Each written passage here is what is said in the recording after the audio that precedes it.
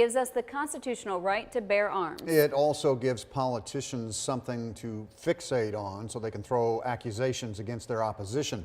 KRCG 13's Katie Moeller talked to experts to learn which gun rights the Supreme Court says the Second Amendment actually guarantees to American citizens and which rights are not so clear. I supported Second Amendment rights. Political ads like to paint it as a black and white issue. You're either a candidate for the Second Amendment or you're not. The reality the day before the election, it's not so obvious. Columbia attorney Stephen Wise says there's a spectrum of Second Amendment interpretations.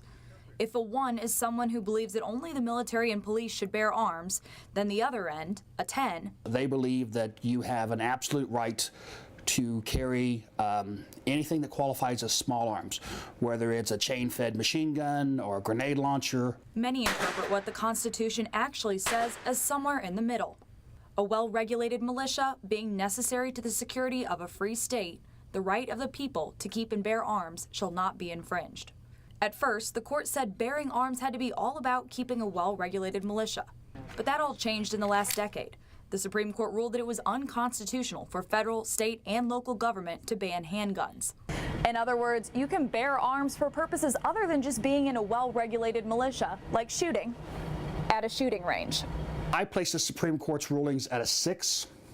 The Supreme Court recognizes that there are some restrictions that can meet a compelling government interest and survive a strict scrutiny review. That's the highest standard for any governmental restriction. Attorney Jennifer Bukowski says she doesn't believe many restrictions can truly measure up to that bar. I mean, every time you have a mass shooting or a school shooting or something, they start throwing out things like, let's ban guns from people on the no-fly list. Well, the no-fly list, they have 4-year-olds that are on this that cannot get off that list. It's the disagreement concerning what is or isn't a reasonable restriction where things start to get political. Both of our governor candidates have A ratings by the NRA, which is a relief, but our Senate candidates, one has an F, one has an A, so I think that that's a big contrast.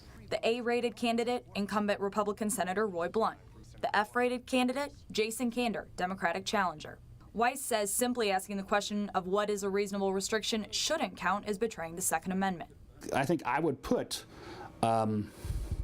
Kander at probably a 6 with his votes on a scale of 1 to 10. With the next president appointing up to 4 Supreme Court justices and the Senate approving any nominations, both Bukowski and Weiss agreed tomorrow's election will be a defining moment for the right to bear arms.